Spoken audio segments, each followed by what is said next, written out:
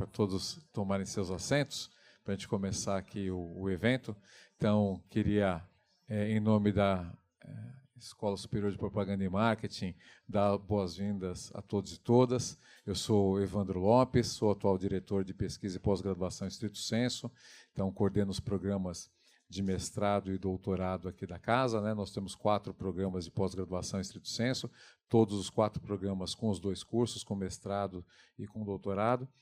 Tenho aqui, representando os cursos de Stricto Sensu, a professora Elisa, que é coordenadora do nosso mestrado e do nosso doutorado acadêmicos em comunicação e consumo.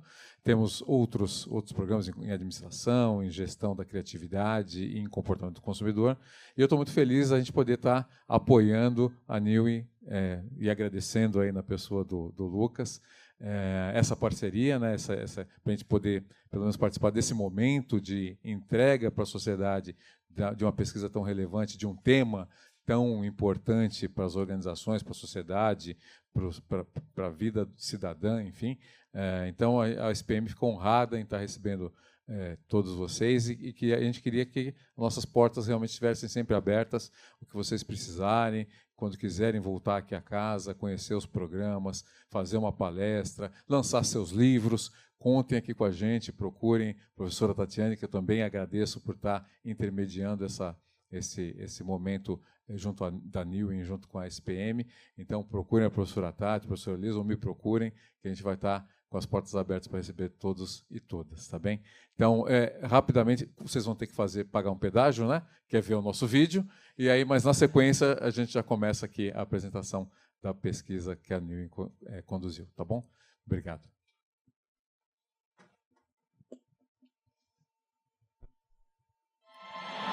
Meu negócio sempre foi focar na carreira e construir meu futuro. O começo foi bem duro, mas a SPM nunca me deixou desistir. Nessa época, era do trabalho para aula. Mas eu nunca pensei em parar. Até chegar aonde eu sempre quis. Uma carreira sólida se constrói com o tempo e com as escolhas certas. Lifelong Learning ESPM. Um curso para cada momento da sua carreira. Com DNA ESPM. Olá a todos, boa tarde. Muito obrigada pela presença de vocês aqui. É uma alegria ver esse auditório com tanta gente. E, assim, tanta gente com tantas atribuições, né? Pessoas que têm agendas super concorridas. Então, muito obrigada a todos vocês estarem aqui com a gente hoje. Eu já vou passar a palavra para o Lucas e para o Gabriel, mas eu queria contar um pouquinho, fazer uma breve introdução do tema, né? Por que a gente está fazendo essa pesquisa, como que essa parceria surgiu para essa pesquisa. Então, eu tenho aqui uma colinha, que é mais ou menos para eu não me perder, né, gente? Porque, enfim, estou meio, como diz a Elisa, estou meio Dory. A importância da reputação. Por que reputação é importante? Reputação, gente, é um pré-requisito para que haja qualquer operação. Tá? A gente não faz nada se a gente não confiar que a outra parte vai ser justa, que a outra parte vai entregar o que a gente está esperando. Então, reputação é um pré-requisito para que haja qualquer operação. E ela também é um imã para bons resultados. Por quê? Porque com boa reputação as empresas conseguem tanto atrair talentos, como elas conseguem também vender mais produtos e serviços, elas conseguem ter até melhores condições de crédito, tá, gente, no mercado, por causa da reputação. Então, ela atrai investidores, ela atrai clientes, ela atrai consumidores, ela é realmente um imã para bons resultados. A gente tem um dado aqui, só para ilustrar essa importância da reputação, que foi, enfim, é um dado da RepTrak, que é responsável por aquele ranking que faz todo ano, né, das 100 empresas de melhor reputação do mundo, que fala que 9 entre 10, gente, pessoas não compram, não recomendam, não investem e não querem trabalhar para empresas de má reputação. 9 em cada 10. Claro que é pesquisa, claro que a gente sabe que no consumo, às vezes, né, aquilo que as pessoas falam não necessariamente se traduz no ato da compra, porque isso é muito mais complexo, mas isso é o que as pessoas verbalizam. Tá? 9 em cada 10 não querem comprar, não recomendam, não querem trabalhar e não querem investir em empresas de má reputação. Tá? Hoje, às 11 horas da manhã, foi lançado o Anuário da Comunicação Corporativa 2025. Tá? E o anuário, que é produzido pela Mega Brasil, pode colocar, por favor, a imagenzinha dele. Olha só a capa do anuário que foi lançado hoje, gente. Vamos pegar aqui o meu. Sob o império da reputação. É isso. A comunicação corporativa hoje está sob o império da reputação. Tá? E que império é esse? A gente ouve, né, hoje todo mundo está falando de reputação. Daqui a uns dias, no dia 27 de maio, a gente vai ter o lançamento do livro Mulheres na Gestão da Reputação, que a gente tem aqui algumas mulheres. Por favor, levantem, aí, se apresentem. Temos algumas mulheres que vão contar essa história de como que isso chegou aqui no Brasil. Né, assim, no final do semestre, eu estou terminando a minha dissertação com a professora Elisa. A gente está estudando aqui no mestrado do PPG-Com, aqui da SPM, como que a mobilização de afetos afeta ali a reputação, tá, das empresas. Então, assim, isso são só alguns exemplos, tá, gente? A gente tem ouvido muito as pessoas falando de reputação em todo canto. E tem um outro dado aqui que mostra isso aqui, ó, são as buscas sobre reputação de 2004 para cá. Uma crescente. A gente teve um pico ali em 2024, uma pequena queda, mas tá crescendo, tá? Mas o que essas pessoas estão buscando? Pode passar. Primeiro, eu reclamei aqui, que é aquela maior prova de que a gente não faz nada se a gente não confia, né? Antes de comprar qualquer coisa, a gente está querendo saber a reputação daquela marca, daquela empresa. Depois a gente tem reputação de empresa, reputação ilibada, boa reputação, uau, que eu não sei por que está aí, mas se alguém souber, me explique. Pode passar. Temos reputação, significado de reputação, reputação digital e reputação corporativa. O 6 e o 7, para mim, é muito sintomático de que a gente ainda está precisando explicar o que é reputação. E é por isso que essa pesquisa é tão importante, porque a gente foi mapear qual era, né, já que está todo mundo falando de reputação, qual é o estágio de maturidade da gestão da reputação no Brasil.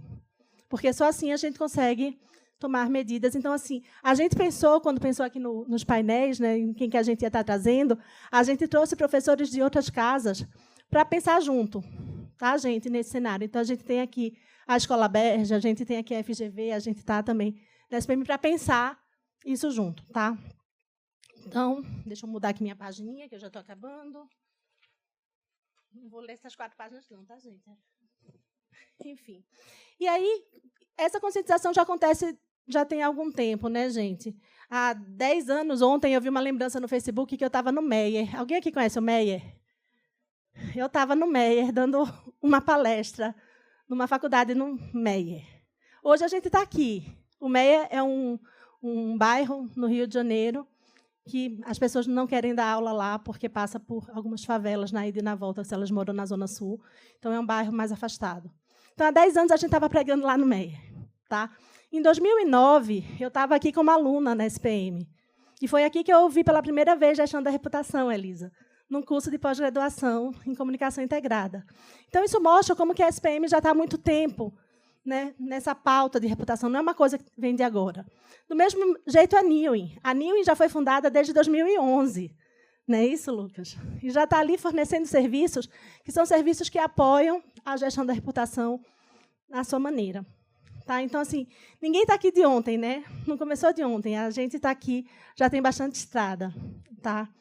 E a gente sabe que a reputação de uma empresa ela não depende somente do que sai na mídia ou em outros canais, né, ou nas redes sociais, o que estão falando dessa empresa nas redes sociais. A gente sabe que a reputação depende da percepção que as pessoas têm em todos os seus pontos de contato com aquela marca, com aquela empresa. Tá? Então, essa pesquisa foi feita pela primeira vez. Como é que surgiu a parceria? O Lucas e o Leandro me procuraram e perguntando assim para a gente fazer uma parceria ano passado. E eu disse, gente, parceria é essa, né? Bem ressabiada. Eles falaram, o nosso desejo é levar conhecimento sobre reputação para mais pessoas. E eu disse, gente, é o que eu faço. Vamos junto. Esse é o meu propósito. Então, foi assim que essa parceria surgiu e foi assim que a gente fez essa pesquisa. tá, gente? Então, eu trago aqui o Lucas, que é o cofundador da Newin, para apresentar, e o CEO, né, para apresentar a pesquisa, e o Gabriel. Cadê o Gabriel? Vem, Gabriel. Gabriel é analista de marketing na Newin, e eles vão apresentar para vocês os resultados.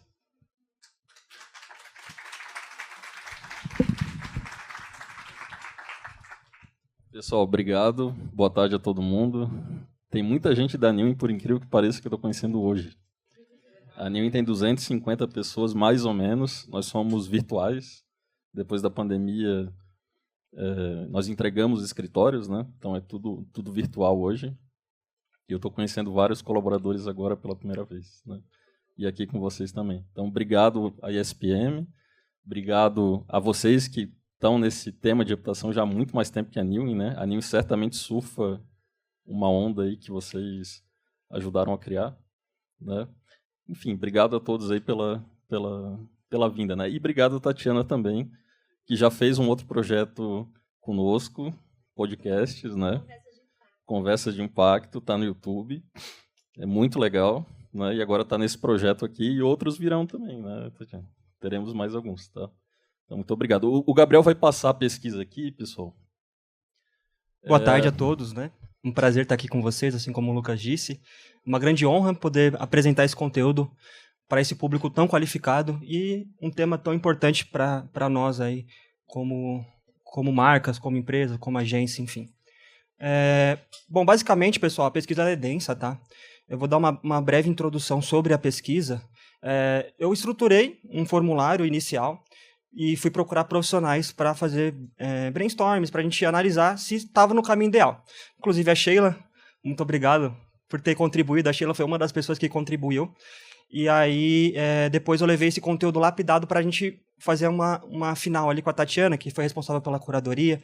Então, foram algumas pessoas envolvidas nesse projeto e ficou bem legal, bem completo. E não tem como a gente passar por detalhes agora. Então, a gente vai deixar um link disponível para vocês baixarem, para lerem com calma, mas vamos passar rapidamente aqui sobre o conteúdo. Pode passar essa introdução, Carol? Aqui são detalhes que a gente não precisa abordar agora. Não, a metodologia a gente pode deixar rapidamente. Então, a gente coletou via formulário online entre setembro e outubro de 2024. Foram 75 respondentes únicos de empresas e agências e 164 marcas participantes. Então, a gente mapeou como as agências cuidam da reputação das marcas que são clientes delas e também mapeamos como as marcas cuidam diretamente. Então, são 164 marcas envolvidas, seja direto ou indiretamente, todas cuidando da sua reputação. E com a curadoria da Tati. Então, sobre os respondentes, 84% eles estão em cargos de liderança. Então, a grande maioria, a maioria absoluta, são tomadores de decisão. A gente teve 41,3% ali de CEOs, então um número bem relevante. A pesquisa teve maior participação da região Sudeste, como vocês podem observar. Ali eu dividi entre os estados com maior participação, para a gente ter um recorte ali também de estado. Então, foi São Paulo, Minas, Paraná, Rio de Janeiro e Pernambuco. Então, a gente tem 3 estados da região Sudeste, um da região Sul e um do Nordeste. Então, tem está espalhado ali, de certa forma. Aqui falando sobre a atuação dos respondentes. Então, é esse filtro que eu comentei com vocês. Então, a gente tem pessoas que trabalham diretamente dentro de uma empresa, cuidando da reputação da empresa, uma equipe interna, enfim, algumas delas em agências. Então, a gente tem destrinchado aqui em diferentes departamentos ou agências, tipos de agências, enfim. Aí depois a gente pode ver isso daí com calma também. Aqui a faixa de receita anual das empresas respondentes. Então, quem era agência respondia pela empresa, a empresa respondia diretamente. Então, a gente teve ali um número maior de acima de 1 bilhão, de 24,3. Então, tem uma predominância ali de grandes organizações. Também temos uma faixa ali de 100 a 300 milhões, de 300 a 1 bilhão. Um comentário? Seguimos, Lucas? Não, pode seguir. Pode passar, Carol. Bom, a pesquisa, basicamente, ela foi estruturada pensando nesse panorama geral. Então, primeiro a gente mapeou os respondentes. Quem são esses respondentes? Agora a gente tem uma visão um pouco mais geral da gestão de reputação. E mais para frente a gente olha para a gestão de reputação olhando para os stakeholders. Então, pensando nos pilares reputacionais. Então, essa parte aqui é a parte mais geral. Então, de onde vem o orçamento para a gestão de reputação? Então, a gente vê que a grande maioria, de 39%, é compartilhado entre comunicação e marketing, e também tem a exclusividade do setor de comunicação, que é 17,1%, e também tem o compartilhamento de múltiplos departamentos, seja comunicação, marketing, RH, mas a gente pode observar que comunicação e marketing eles predominam aí quando o assunto é gestão de reputação para cuidar internamente. Aqui é um dado bem interessante. Então, a gente quis saber com quem fica a decisão, quem toma a decisão final quando o assunto é gestão de reputação. Então, a caneta da reputação, majoritariamente, ela fica na mão da diretoria, com 25,6%, em seguida dos CEOs, ali com 23,1%, e gerência e coordenação, 17,9%. Então, a gente pode ver, tem a presidência ali com 10,3%. É algo um pouco óbvio, vamos dizer assim, mas fica na mão dos tomadores de decisão. Agora, como o ROI tem sido avaliado nas empresas? Esse é um ponto bem interessante, que inclusive a gente vai ter um painel daqui a pouco sobre o ROI. E a gente pode observar que a maioria das empresas ela avalia de forma positiva, porém elas têm um pouco de dificuldade ainda de quantificar de forma precisa. Então, tem desafios na mensuração. Então, eles reconhecem benefícios, embora tenham essa dificuldade de quantificá-los. E 18,7% eles consideram altamente positivo, então eles já têm benefícios claros e mensuráveis, já está mais redondo, vamos dizer assim. Quer complementar, Lucas? A gente tinha que ir atrás daqueles 18 ali para entender exatamente o que eles estão fazendo, né? Porque é difícil mensurar reputação e conectar a reputação com o resultado, né? As nossas caminhadas assim que a gente faz pelas empresas, a gente sente assim essa dificuldade, né? De fazer essa mensuração e essa conexão, né? E esse gráfico ele reflete um pouco isso. Então, ali, a grande maioria, né, positivo, embora difícil de quantificar precisamente, né? A gente vai falar um pouquinho mais disso depois no painel também, né? Mas aqui eu acho que é onde existe um grande espaço assim de avanço para tecnologias e metodologias, né? Tentar conectar mais mesmo o resultado da companhia às ações e métricas de reputação, tá? Bom, esse também é um dado muito interessante. O nível de preparação para crises. A gente vê um dado alarmante ali. Então, a gente enxerga que apenas 12% dos respondentes eles estão altamente preparados com planos detalhados e simulações regulares para lidar com uma situação de crise. É um dado bem alarmante, né? E quiser comentar, Lucas, também sobre isso?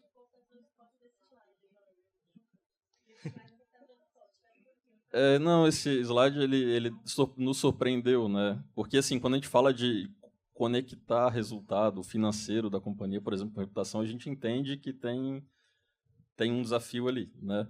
Mas crise já é um negócio que tem há muito tempo, já tem muito material, tem muito profissional, já é feito assim, né? Enfim. E quando a gente pegou as respostas e foi tabular, deu isso aqui, né? Que vocês estão vendo. Então, enfim, eu também não duvido que seja muito distante da realidade, porque é só pegar as últimas crises que a gente teve no Brasil, grandes, e a gente viu que nem todas foram muito bem geridas, né? Vamos dizer assim. Tá? Mas é um dado que ele foi uma surpresa, vamos dizer assim. Tá? Agora, sobre ferramentas e métodos utilizados para monitorar a reputação. Então, majoritariamente, a gente vê que 80% dos respondentes eles fazem um monitoramento de mídias sociais, em seguida da análise de mídia tradicional. E também, muito perto ali, as pesquisas de satisfação do cliente e feedback de funcionários. São uma das formas da gente dos métodos, né, para monitorar a reputação. Claro.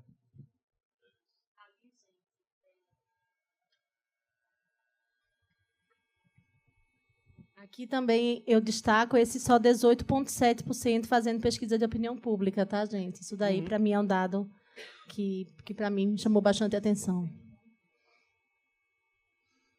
Aqui a gente não consegue passar por todos, mas é um dado muito importante, com certeza, Tati. Sim, a New, pessoal, acho que nós temos o quê? 2.500 clientes, indo para 3.000. Desses, aí, algumas centenas são grandes marcas, né? Grandes mesmo, assim, né?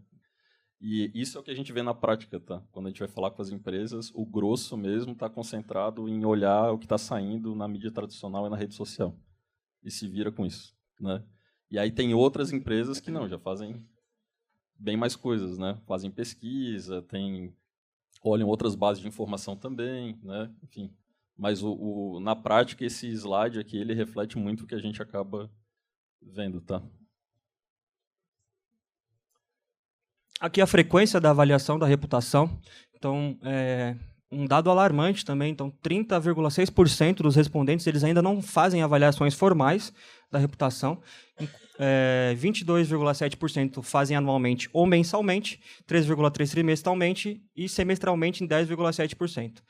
Então, o padrão ali é mais para o anual e mensal, mas um dado alarmante aí, 30,6% ainda não faz.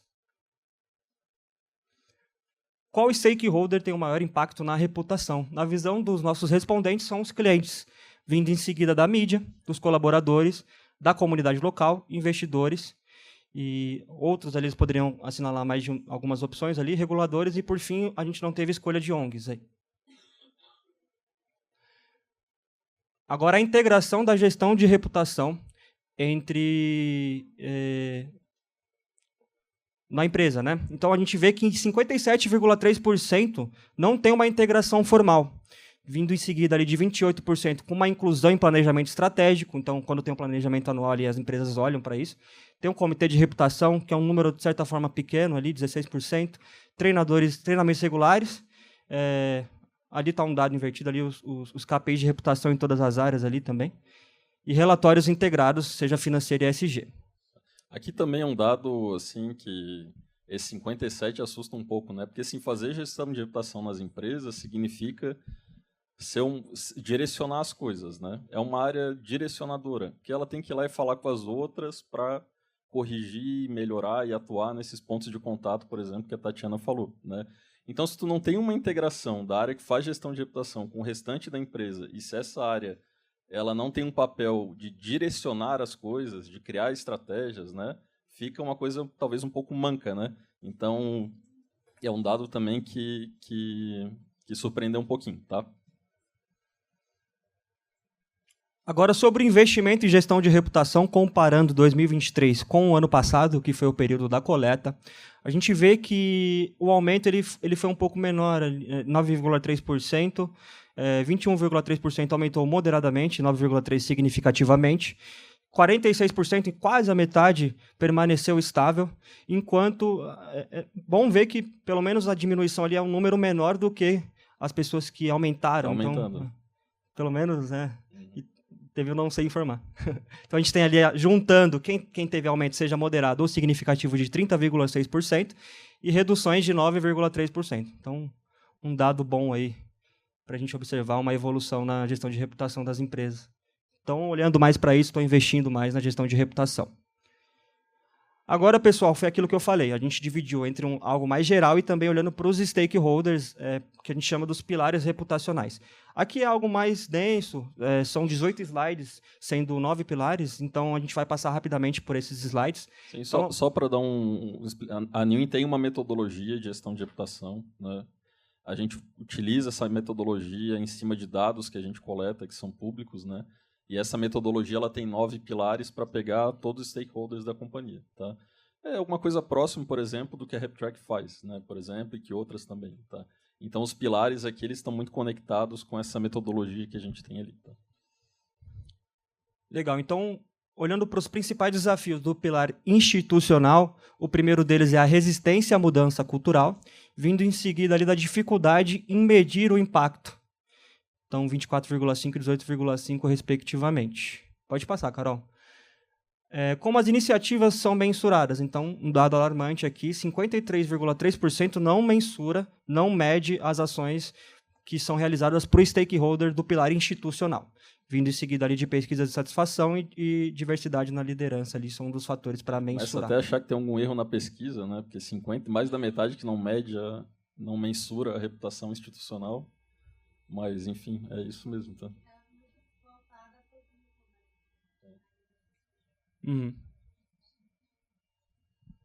Agora, falando do pilar cidadania, os dois principais desafios são limitações orçamentárias e a dificuldade em medir o impacto. A gente vê um padrão aí nessa dificuldade aí da mensuração também. Então, novamente, aí, o número está um pouco melhor, mas ainda assim É um número grande, ali 41,3% não mede as ações de cidadania, vindo em seguida ali do engajamento das redes sociais e do impacto social mensurável. Agora, falando do pilar governança.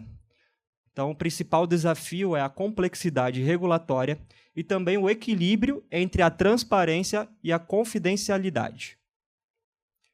Da mesma forma, a gente tem um padrão aqui, 48% não mede as ações de governança, e as formas de mensuração mais utilizadas é a cobertura da mídia sobre práticas de governança e também pesquisas de percepção dos stakeholders. Agora, do pilar inovação, assim como o outro também, limitações orçamentárias é o principal desafio, e o tempo longo de desenvolvimento também é algo que afeta aí o pilar inovação, sendo um grande desafio para as marcas. E, novamente, 49,3% não mensura, vindo em seguida das principais práticas de mensuração a receita gerada por novos produtos ou serviços e as pesquisas de percepção de clientes sobre inovação. Agora, ambiente de trabalho. Principal desafio, dificuldade em atender diversas expectativas dos colaboradores. Em seguida, da adaptação a novas tecnologias e formas de trabalho, a gente pode observar limitações orçamentárias também bem próximo ali. Esse daqui já iguala um pouquinho ali o início, enquanto 45,3% não mede, 45,3% utiliza o índice de satisfação dos colaboradores para mensurar as ações de ambiente de trabalho. Também a taxa de rotatividade de pessoal, vindo em seguida da produtividade ali. Produtos e serviços. Principal desafio, o custo elevado do desenvolvimento e também a concorrência acirrada, vindo ali junto, na mesma porcentagem, mudanças rápidas nas expectativas dos clientes. Esse já é um dado um pouco melhor ali para a gente ver. Muda um pouquinho do padrão ali que não mede. Então, 41,3% utiliza a taxa de retenção de clientes para fazer mensuração. Também utiliza o índice de satisfação do cliente e o NPS ali está bem próximo. 39,7% não mede. Inclusive, a gente precisaria até...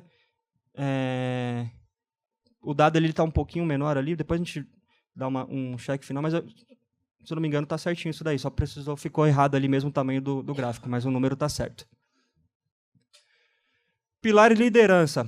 O principal desafio é a adaptação a mudanças rápidas no ambiente de negócio, em seguida da identificação de potenciais líderes, bem próximo ali também o equilíbrio entre resultados de curto prazo e visão de longo prazo.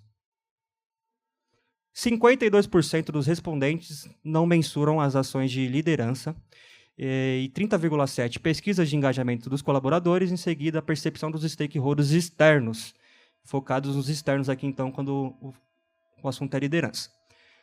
Desempenho financeiro. Então, o equilíbrio entre o crescimento e a lucratividade é o principal desafio, vindo em seguida ali da pressão por resultados de curto prazo. 57,3% não mensura as ações de desempenho financeiro, vindo em seguida ali de valor de mercado de empresa, com 26,7%. Isso. Exato.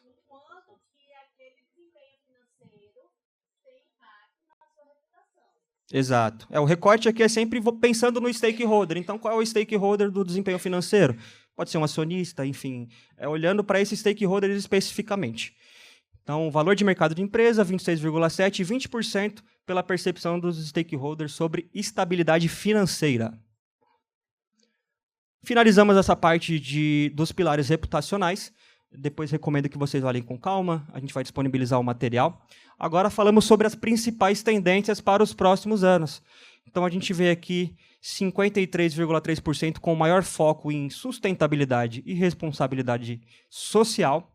50,7% em uma integração mais profunda entre a gestão de reputação e estratégia de negócios, 41% uso crescente da IA e de Big Data na análise de reputação, 40% aumento na importância da reputação digital e gestão de crises online, 37,3% o foco aumentado na reputação dos líderes e colaboradores como embaixadores da marca, 21,3% personalização da gestão de reputação para diferentes públicos, olhando aí os stakeholders, né?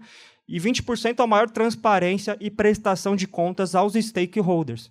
Algum complemento, Lucas? Não, é isso aí. Só o destaque aqui, eu acho que fica para IA, né? Uhum. Eu acho que esse número não seria 41 um tempo atrás, né? É verdade. Antes do ChatGPT. E imagino que vai crescer, né? Enfim. É uma grande... mapeando tendências, talvez para o ano que vem até cresça aí, mantendo o projeto. O ESG já era algo bem trabalhado no mercado e continua bem forte. Quais tecnologias desejam implementar nos próximos 2 anos? A gente questionou. Então, majoritariamente a IA, a inteligência artificial para análise de dados, foi a mais escolhida por 62,7%. Plataformas de gestão de mídia social avançadas, 42,7%. Igualmente, a porcentagem para ferramentas de visualização de dados em tempo real. 37,3% escolheram chatbots para atendimento ao cliente. 10,7% blockchain para transparência. E também 10,7% não escolheu nenhuma dessas alternativas ali. 2,7% optaram por outras opções. E a realidade virtual, que também está atrelada aí à tecnologia recente, ela foi escolhida ali por 1,3%. Tem algum comentário, Lucas? Só IA. Temos um destaque da IA, né? Espontâneo. O papel da tecnologia nos próximos anos. A gente questionou a importância da tecnologia, o papel para esses respondentes, pensando na gestão de reputação. Então, 56% avalia como fundamental. Ela transformará completamente a forma como gerenciamos a reputação. Então, pensando já em as novas tecnologias que surgem, de monitoramento, enfim, mudam a forma como a gente faz o trabalho de gestão de reputação. 38,7% avaliaram como importante, mas complementar as estratégias tradicionais, então um equilíbrio ali, manter o que já vem sido trabalhado, que já tem mais experiência com as novas tecnologias. Daí. Útil para 4%, para tarefas mais específicas, mas não avaliam como essencial, utilizam como um suporte, podemos considerar assim. 1,3% ainda avaliam como incerto, e dizem que ainda é cedo para avaliar esse impacto total. Então, a gente vê ali que ninguém acha a tecnologia nos próximos anos como algo superestimado, vemos que tem uma grande importância. Bom, aqui chegamos ao fim, a gente deixou um pouquinho mais curta. Na versão que vocês vão baixar, a gente tem um compilado de insights ali no final, que a gente fez algumas análises e reunimos ali. Porém, para apresentar aqui seria muito texto, não fica legal, é melhor vocês lerem com calma depois. Bom, é basicamente isso. Esse foi o projeto aí da pesquisa do Panorama. E isso, a gente vai deixar disponível aqui, vamos ter um QR Code para vocês, um pouquinho mais ali para frente nos painéis, aí vai ficar disponível para vocês acessarem o material completo, tá bom? Se quiserem me procurar para conversar, tirar alguma dúvida sobre a pesquisa, estou à disposição. E muito obrigado aí pela atenção de vocês.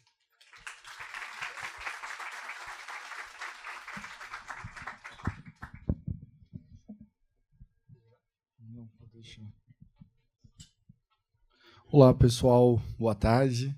Mais uma vez, muito obrigado pela participação de todos. Alguns rostos conhecidos, outros nem tanto. Eu sou Leandro, diretor de marketing e vendas na Newin. Quando a gente idealizou este evento no início deste ano, a gente esperava que viriam bastante pessoas. Oi, Sheila. Alguns rostos conhecidos aqui. Mas agradeço bastante a presença de vocês. Agora a gente vai dar sequência ao debate, então, da pesquisa de reputação. E eu vou chamar algumas pessoas aqui para a gente conversar com elas e também falar um pouquinho sobre isso. E eu estou com um problema em achar o link. Um minutinho, pessoal. Ao vivo, né?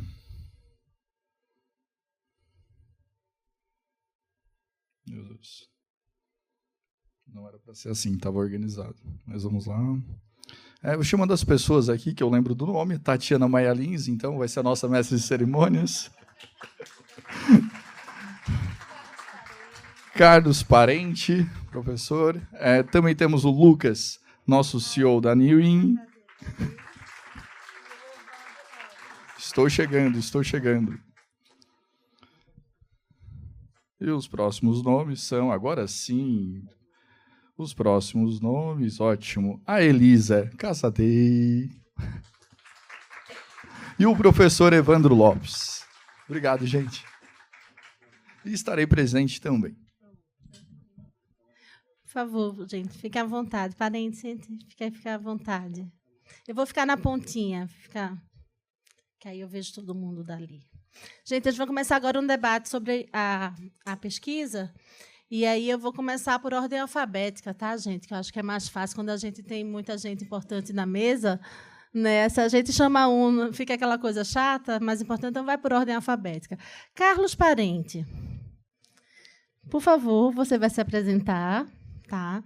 E a pergunta que eu vou fazer para você é: como você enxerga os dados de que somente 12% das empresas respondentes se declararam altamente preparadas para a gestão de crises, com planos detalhados e simulações regulares, e que em 41% das empresas respondentes não há integração estratégica das atividades de gestão da reputação? Obrigado, Tati, pelo convite. Bom filho a casa torna. Eu dei aula aqui nessa faculdade por 13 anos. Conheci professores queridos aqui, tipo Eduardo Prestes, e atuo como consultor e também professor da Aberj, enfim, temos colegas aqui da Aberj. Ô, Tati, eu acho 12 bom. Sabia? Eu acho. Porque quando você está em indústria, né, com fábrica, com planta, isso está inserido. Quando você vai para escritório, você vai para prestação de serviço, você vai para varejo, não acho que seja uma coisa instalada na mente, né, das empresas. Há muitos anos eu trabalhei numa multinacional de cosméticos. Eu tinha uma semana da multinacional, uma semana, gente. E aí a gente teve um problema de matéria-prima vencida. E isso é crime hediondo, tá? Foi uma denúncia, enfim. Depois a gente descobriu com um funcionário que foi demitido, alterou no sistema, enfim, não vem ao caso. O fato é, a gente estava com Datena na porta da fábrica. E aí, multinacional, eu falei, então, comitê de crise, nós temos. Eu falei, perfeito, quem cuida? Você. Eu falei, que ótimo, né? Eu era diretor de comunicação corporativa, e eu falei, e o que é que vocês têm? Não, peraí, aí me dando um caderninho assim, licença, aí dando um caderninho assim, dizendo, olha, aqui, instalação do comitê de crise, pessoas presentes, fulano, beltrano, cicrano, data de hoje, né? Dia 15, somos, sei lá, 15h30, começa a reunião, falei, sim, e as orientações? Não, Carlos, a gente só tem isso, tá? A gente tem um protocolo. Não tinha nada, certo? Não tinha nada. Então, eu vejo de forma muito otimista. Eu acho que 12, obviamente, se você olhar pelos 88, tem um trabalho enorme para ser feito, mas esse é um tema que ainda não desceu na cultura, né? O executivo ele reage quando a água bate naquela região que ele faz não pensa em bobagem, que é o bolso, não é? Então quando a gente está ainda mais no mundo digital, que a coisa não é muito tangível, é difícil. Eu trabalho com isso também, a gente, inclusive, atua juntos, eu e a Tati. Temos cursos juntos sobre isso também, e a gente observa, né, pelos alunos, pelas empresas, que o executivo, o líder, etc., ele está muito mais preocupado, né, na hora que ele quer reduzir custo, em diminuir, né, o denominador, né, do que aumentar o numerador. Não é verdade? Porque é mais fácil, é da mão para a boca, etc. E, muitas vezes, em várias discussões, em várias empresas, em vários clientes, isso é visto como custo. Então, assim, brincadeiras à parte, agora falando sério. Sim, é estarrecedor, 12% é muito baixo, mas eu tendo a ser mais otimista de achar que um fórum como esse, que vai reverberar pesquisa, empresas como a Newin, que cria esse conceito. Eu trabalhei em empresas que tinham Rap Track todo ano, que tinha essa cultura totalmente desintegrada. Tá? A área de comunicação não falava com a área de marketing, não falava com a área de... Né? Enfim. Hoje só são 41% pois que diz que não há integração. Mas, assim, com o desejo, com o interesse. Então, reputação, eu acho, está na fila do pão. Acho que chegou mais rápido do que gestão de crise. O professor Eduardo Prestes aqui, que é um decano e conhece isso com profundidade. Quando você vai para a área industrial, sim, gente, aí tem que ter. Né? Tem que ter o treinamento. E só para encerrar, eu tive um caso de incêndio numa empresa no andar. E o cidadão da brigada não estava no andar. E um colega meu foi lá abrir o lacre do extintor de incêndio e ele ligou no rosto dele. Tá certo? Então, gente, crise é extintor, em bom português, que eu nunca preciso usar, mas que ele esteja ali, que ele esteja na validade, que de quando em quando, né, como diz lá no Nordeste, de caju em caju, uma vez por ano, a gente faça um treinamentozinho básico e saiba usar a ferramenta. Então, se para incêndio, muitas vezes você não tem a capacitação básica, ou faz exercício de 1 ano e meio agora, né? Ainda mais depois da pandemia, de evasão, de evadir o prédio, imagine para uma gestão de crise. E nisso, no mundo, encerrando e já te passando a palavra, de volta, no mundo de rede social, de LinkedIn, de festival de bobagem que a gente ouve o dia todo, a gente não sabe o que é que os executivos das nossas empresas estão postando agora, vão escrever no final de semana. Então, além do cliente, além da imagem, da reputação, ainda tem essa loucura desse mundo. Eu tinha uma expectativa de que esse mundo da rede social traria mais urgência, que esse dado, eu lembro quando você começou essa curadoria, aliás, parabéns para a SPM, enfim, para todos vocês aqui, que organizaram isso, eu tinha a expectativa de que o número seria o dobro, que a rede social teria trazido urgência nesse tema. Não, infelizmente ainda não. Bem, agora a gente vai passar o microfone para a professora Elisa Cazedei. E a gente tem uma pergunta aqui para a Elisa, que é o seguinte. Elisa, a gente sabe que a reputação de uma empresa ou marca é a forma como os stakeholders a percebem. Tá? A pesquisa aponta que o monitoramento de reputação nas empresas brasileiras é amplamente baseado em monitoramento de mídias sociais e análise da cobertura realizada pela mídia tradicional. No campo simbólico, Elisa vai falar para a gente sobre o campo simbólico, né? Como as empresas poderiam monitorar a reputação indo além desses indicadores? Ai, obrigada, Tati. Estou muito contente de estar aqui essa tarde, porque o pessoal da mesa que teve acesso privilegiado à pesquisa antes, e eu acho que tem vários pontos que são muito surpreendentes na pesquisa que vocês fizeram. Realmente eu acho que é esse dado, né, que você traz, só 26,9% monitora mídias sociais e o resto pela imprensa e os outros vários âmbitos ficam de fora, eu acho que é um dado que traz uma certa ilusão de controle, sabe? Como se a gente tivesse algum tipo de... Porque são métricas muito bem definidas, são métricas que já são reconhecidas no mercado, então traz essa ilusão de controle que você consegue, de certa forma, enquadrar a produção de sentido. E, gente, vocês que trabalham com reputação todos os dias, vocês não escolheram uma coisa fácil para trabalhar, vocês escolheram uma coisa absurdamente difícil. Porque o que vocês estão trabalhando é com produção de sentido. E produção de sentido a gente não enquadra. O sentido, ele é selvagem. Então, eu acho que é isso que esse dado traz, né? Talvez as empresas não tenham percebido ainda o quanto o sentido é selvagem. Aí eu falei, quando eu tive essa provocação, eu falei assim, nossa, mas como então, né? O que a gente vai fazer com isso? Já que o sentido é selvagem, a gente vai desistir? Vai jogar toalha? Não dá, né, para simplesmente jogar toalha e falar assim, então eu não vou trabalhar com reputação. Aí, como? Sabe, o professor tem certas manias, né? Aí eu fui para a deusa, estou vendo várias carinhas do PPG-Com aqui, então eu fui para a deusa do PPG-Com, fui lá para Mary Douglas, para pensar como que a Mary Douglas ia ajudar a pensar esse sentido selvagem. E eu acho que ela traz algumas coisas que são bem interessantes, assim. Eu acho que a primeira coisa, e aí eu fiquei muito chocada com esse dado, de que só 18,7% das empresas fazem pesquisas de opinião pública. Gente, se a gente for pegar por esse viés do consumo simbólico, o sentido, ele nunca vai ser algo individual, ele sempre vai ser algo coletivo. Então, se eu vou estudar algo nesse sentido, eu tenho que pensar a reputação também como uma construção coletiva e não como uma construção individual. Então, o primeiro, quem vai sair na frente nessa discussão é quem tiver mais mecanismos, mais metodologias para olhar os movimentos culturais emergentes, para olhar as mudanças nas expectativas sociais. Não dá para fazer gestão de reputação sem olhar para isso. Por isso, acho que esse é um avanço que a pesquisa da Tatiana aqui no mestrado traz muito, porque ela está discutindo isso na pesquisa de mestrado dela.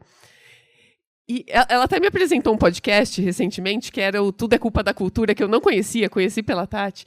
E eu adorei esse nome, porque tudo é culpa da cultura mesmo. Se eu não tenho metodologias para entender a cultura, eu não vou conseguir trabalhar com reputação. E aí eu acho que é grande isso, né? Eu sempre falo assim, contratem sociólogos e antropólogos, por favor, não vejam esses profissionais, eles têm que estar dentro da empresa, porque são eles que vão ter essas ferramentas de leitura de cultura o tempo inteiro. Acho que uma outra coisa interessante que surgiu dos dados, né, é que quando a gente vai pensar por que o sentido é selvagem, ele é selvagem porque ele é histórico também. Então, a reputação ela não pode levar em consideração só as coisas que estão acontecendo no presente. Então, isso é uma coisa chata de fazer. Porque quando você pensa que o sentido é histórico, você tem que lidar com coisas que às vezes as empresas não querem lidar. Que é, às vezes, você teve crises de reputação no passado que às vezes as empresas querem simplesmente apagar isso. Mas não, porque se o sentido ele é sempre construído historicamente, tem que ter essa conversa difícil de ir lá e vamos dialogar com o sentido, né? Vamos dialogar com essa reputação ruim que teve no passado. Eu acho que tem casos, assim, tem empresas que fizeram isso muito bem. Eu estava me lembrando de um caso famoso que todo mundo conhece, que é o caso da Skol, que sempre foi acusado de fazer propagandas muito machistas e conseguiu fazer uma gestão muito maravilhosa disso, quando ele fez aquela... Eu até anotei o nome da campanha, para não esquecer, que é aquela campanha Reposter, né, que ele começa a convidar outras pessoas para refazer as campanhas machistas da Skol. Gente, eu acho isso inteligentíssimo, porque leva em consideração essa ideia de que eu tenho que dialogar com os sentidos, eu tenho que dialogar porque o sentido é historicamente construído. Eu acho que outra coisa que também é importante que sai dessa pesquisa, né, eu fiquei muito em choque com outro dado, quando vocês colocam que os clientes e as mídias são consideradas como stakeholders prioritários. Isso eu achei muito curioso, assim, porque eu acho que é interessante, porque uma outra coisa que a deusa Mary, brincando esse negócio da deusa, né, gente, que tá no PPG, como tá muito acostumado, que é leitura obrigatória, de que os bens, os significados culturais, eles sempre estão muito afetivamente ligados. E as empresas sabem disso. Tanto que não é à toa que uma das palavras da moda, até bem pouco tempo atrás, era love mark, né? Isso está em jogo. Só que parece que não está em jogo esse movimento dentro de casa. Parece que não se faz a lição de casa. Eu fiquei muito em choque quando eles falam que colaboradores e comunidades locais têm um papel secundário. Porque é sobre cultura, a reputação é muito sobre cultura interna, né? Se eu não consigo colocar todo mundo numa mesma página, como que eu vou criar uma reputação? Bem dentro, inclusive, do que o professor Parente estava falando, dessa ideia de que o CEO da empresa vai tuitar alguma coisa, o funcionário da empresa vai tuitar uma outra coisa. Se eu não tenho muito claro quais são os valores que eu quero mediar ali, como que eu vou fazer uma gestão de reputação? Eu até gosto de uma definição do Clifford Geertz de cultura, que eu acho essa definição mais linda de cultura que eu já ouvi na vida. Fala que a cultura são as histórias que nós contamos sobre nós mesmos, para nós mesmos. Quais são essas histórias que... E todo mundo da empresa está entendendo quais são essas histórias que nós contamos para nós mesmos, sobre nós mesmos? Eu acho que isso é uma questão que, quando a pesquisa apresenta esse dado, né, de que colaboradores e comunidades locais não são levadas em consideração, são menos levadas em consideração, eu acho que também é importante levar essa ideia de vamos, então, compartilhar isso entre os colaboradores. E, por fim, eu acho que uma última coisa dessa da selvageria dos sentidos, né, para tentar enquadrar um pouco a selvageria dos sentidos, que também está nessa perspectiva do consumo simbólico, é pensar em como o sentido ele tem que ser fixado por rituais. O ritual é aquela coisa que o sentido ele é completamente maluco, o ritual é aquilo que te coloca, que tenta enquadrar o sentido de alguma forma, né? Então, rituais em geral, né? Por que a gente casa? Porque você quer fixar um sentido, né? Agora eu sou uma pessoa casada, ou bati. Tô com uma tosse alérgica terrível. Mas os rituais, em termos de reputação corporativa, também são muito importantes. Para fixar e aí eu acho que cada empresa pode lidar com isso de uma forma, mas a reputação ela não é só discursiva, ela precisa ser, antes de tudo, performática. Ela precisa ser, antes de tudo, ritualística. Então, acho que esses dados eles são muito importantes porque eles sensibilizam para essas formas de construção de sentido. E aí eu acho que isso é algo que, além dessa mesma... Para voltar, né? A pessoa está falando há 3 horas. Mas só para voltar para essa construção que era a pergunta central, porque não só as mídias sociais, ou porque não só a imprensa, porque se eu não levar tudo isso em consideração, eu não consigo pegar essa deriva doida dos sentidos.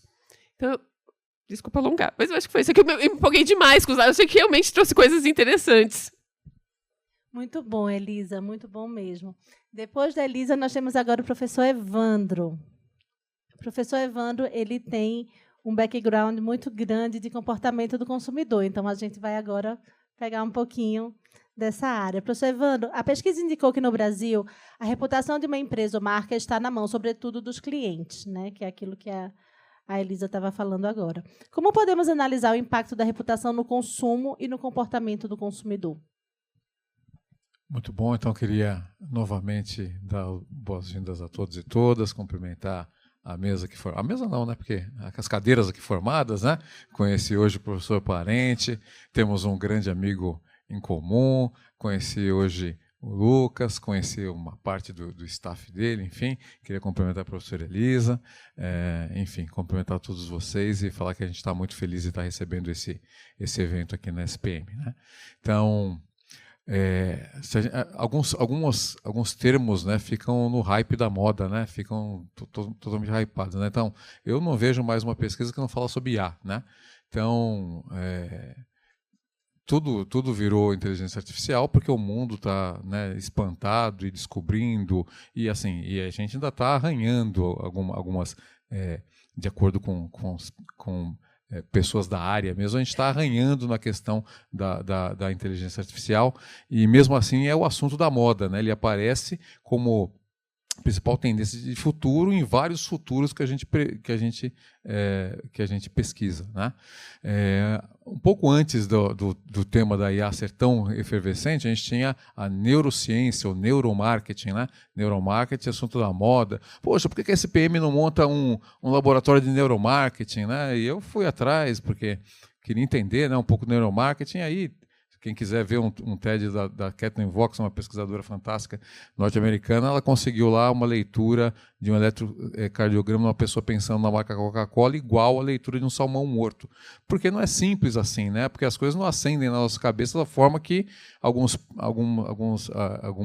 literatura aí mostra, né? Não é tão evidente dessa forma. Um pouquinho antes era economia comportamental. E essa eu acho que tinha uma base conceitual e teórica muito forte, porque a economia comportamental prevê que o indivíduo ele recebe efeitos e ele tem algum comportamento alinhado a esse estímulo que ele recebe, né? Então, estímulo, organismo, resposta. Desde 74, Mahabian coloca esse modelinho, né? Então, eu tenho um estímulo que impacta no meu organismo mentalmente ou fisicamente, mas no caso do consumo é muito mentalmente, mas também pode ser fisicamente, né? Se a loja está muito escura, se a loja está muito fria, eu tenho um comportamento reativo de repente, acelerar minha compra, não comprar, adiar a compra, tomar decisão mais rápida, menos pensada, menos planejada, né? Então, mesmo assim, os impactos do estímulo no organismo funcionam. E o que a economia comportamental trouxe foi aquilo que hoje a gente chama de, também um termo mais hypado, do nudge, né? Então, o gatilho mental. E a reputação, ela não deixa de ser, ou a reputação percebida de uma marca, ela não deixa de ser um gatilho mental muito forte que influencia vários construtos mentais que a gente usa para processar e para decidir consumir ou não consumir uma marca, né? Então, por exemplo, um construto confiança percebida. Então, se eu tenho uma reputação favoravelmente reconhecida, eu vou confiar mais na marca, a confiança me leva a ter comportamentos de compra mais pró-marca. A percepção de justiça percebida, né? Então, justiça percebida é estudada em 4 ou 5 níveis, né? 4 níveis: processual, interpessoal, equitativa, né? Parte financeira e social. Como que eu entendo? Porque eu sou um indivíduo, mas eu vivo numa sociedade. Então, a marca não tem que ser justa somente comigo, ela tem que ser justa com toda a sociedade, né? Evidentemente, tem a máxima, né? Quando a farinha é pouca, meu pirão primeiro, mas eu sou um ser social e entendo que isso tem que ser um efeito para a comunidade, para a sociedade.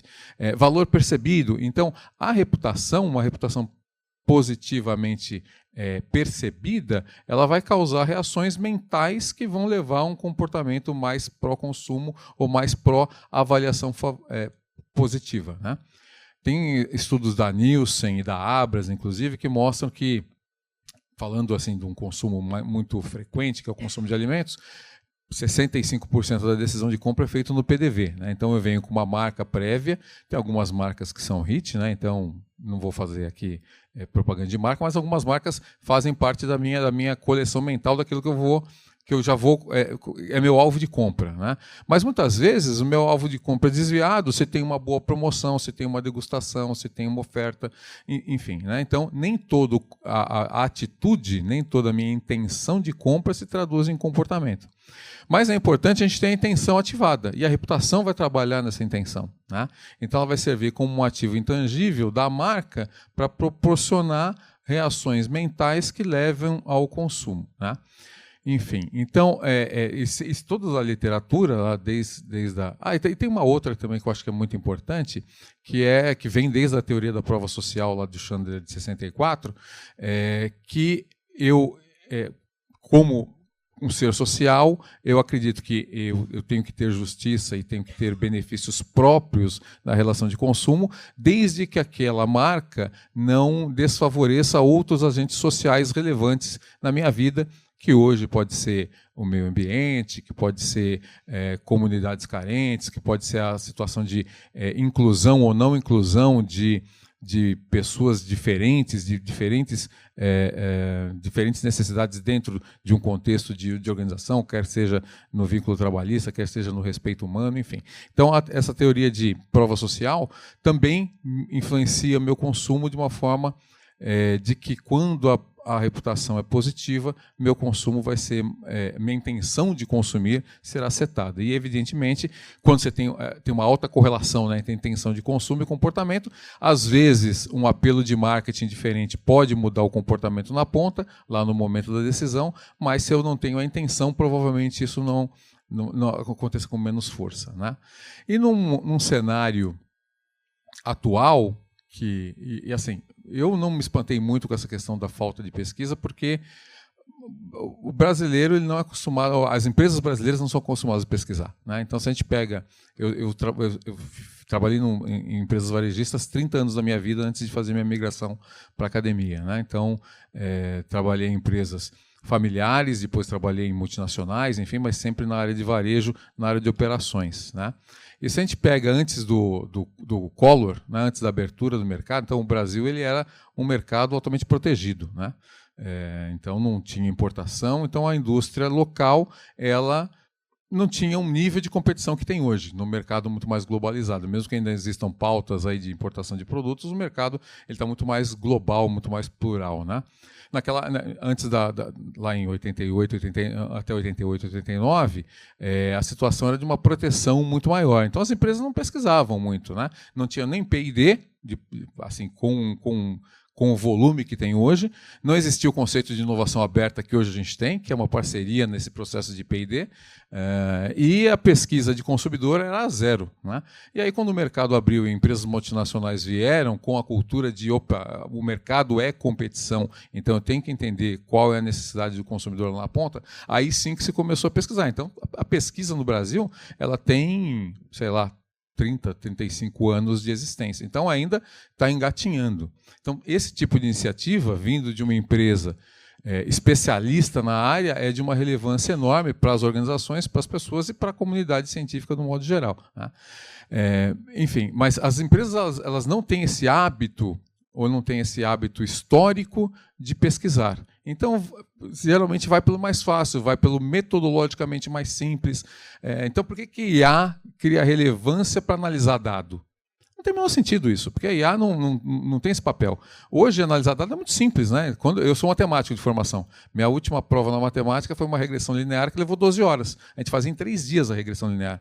Hoje, a mesma regressão eu faço em 3 segundos.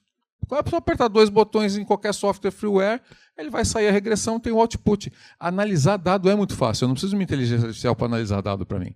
Mas porque eu não tenho uma cultura. E por isso que os programas profissionais de administração, programas profissionais das áreas do saber, estão sendo tão incentivadas para trazer de novo os profissionais que estão hoje liderando as empresas para aprender metodologia de pesquisa, porque é isso que a gente faz aqui na academia. Basicamente, a gente é pesquisador. O que é formar um doutor? É formar um cara com habilidade de pesquisa diferenciada. O que é formar um mestre? É formar um indivíduo que conheça a metodologia de pesquisa do ponto de vista de replicar uma pesquisa com excelência, né? Então, por isso que os programas profissionais estão crescendo tanto, porque o Brasil precisa melhorar a sua pesquisa. E como eu não tenho isso ainda hoje consolidado nas organizações, eu vou pelo mais fácil, né? E assim, o que me estranha é, eu tenho um cliente dentro da minha, que é meu funcionário consome, né? E ele consome e ele tem uma ideia da marca melhor do que aquele que está externo, porque o que está externo ele é influenciado pela mídia, é o que ele ouviu falar, e o meu funcionário sabe o que acontece dentro da organização, sabe qual é a política. Eu trabalhei no Walmart 12 anos, né? Enquanto o Walmart estava no Brasil, eu só comprava no Walmart perecíveis. Por quê? Porque eu conhecia qual era o processo de segurança alimentar que o Walmart imprimia. a melhor do mundo, na minha opinião. Então eu comprava. Então eu tinha essa capacidade de entender esse atributo da marca, né?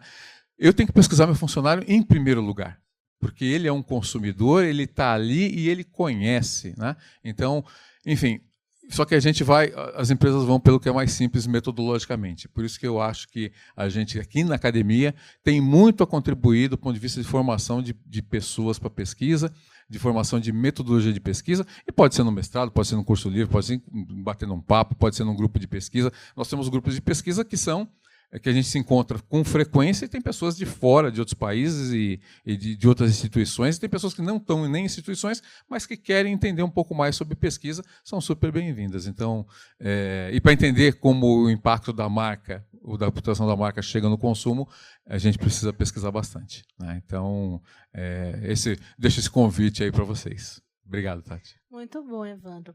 Agora eu vou para o Leandro, que vem antes do Lucas, né? Veio antes de U. E eu vou perguntar para o Leandro o seguinte, né? Leandro, o seguinte: 30,6% dos respondentes declararam não fazer avaliações formais de reputação, né? Quando a gente vai colocar aquilo em 100%. Como você enxerga esse dado e que conselho você daria para quem deseja começar a monitorar a reputação? Bom, boa tarde novamente, pessoal.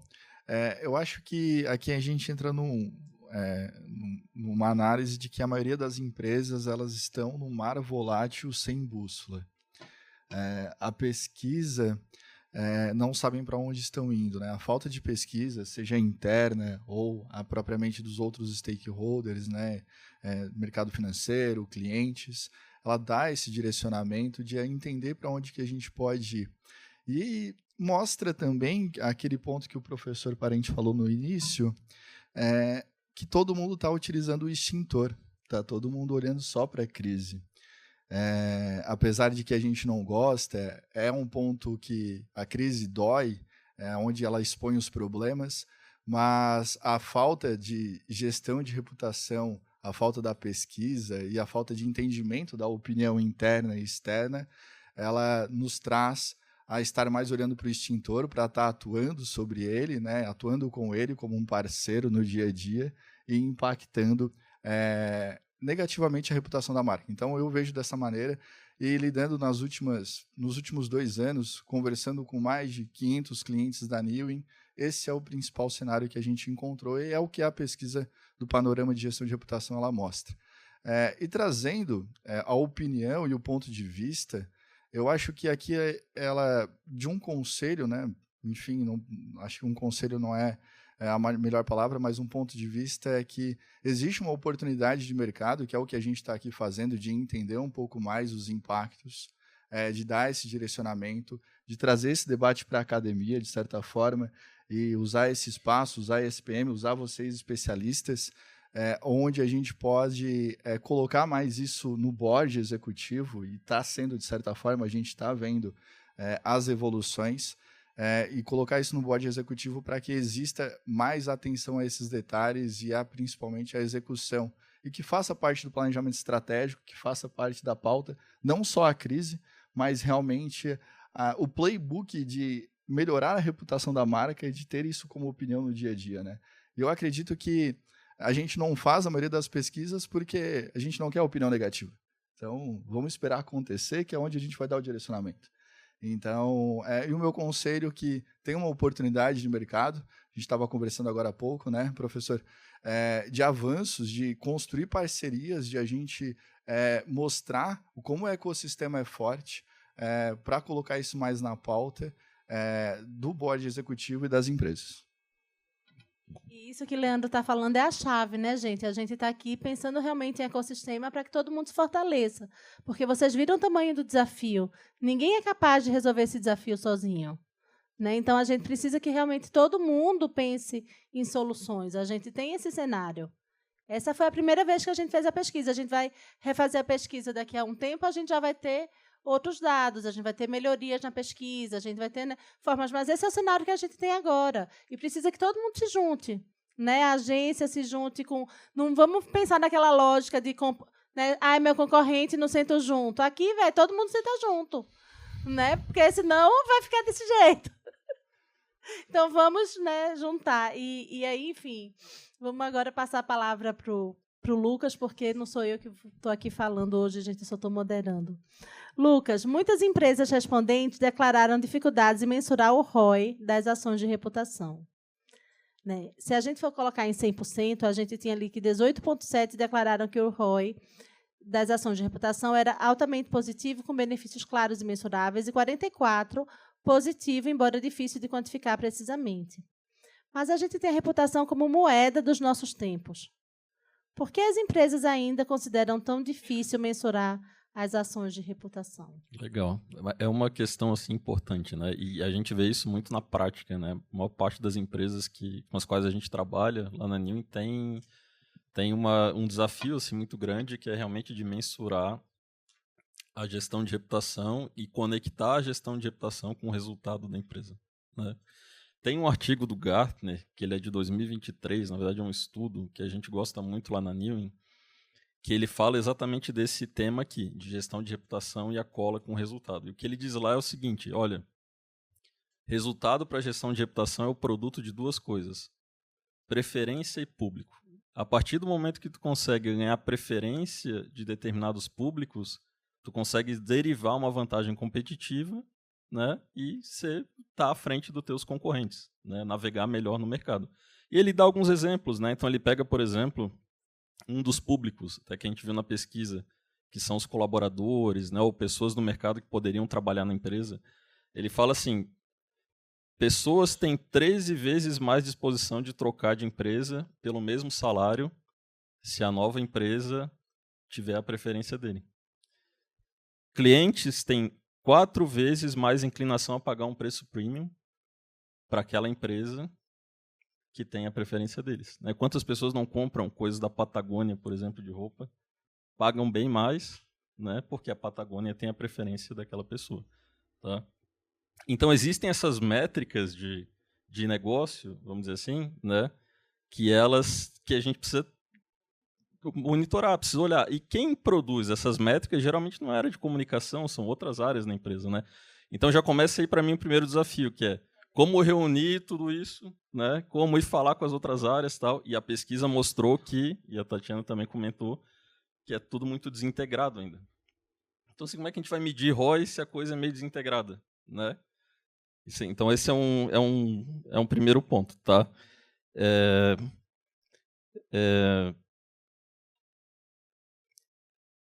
Se a gente for assim, fazer um paralelo, né, que é uma coisa que a gente escuta também bastante no mercado, assim, não, mas o pessoal do marketing tem bem mais dinheiro.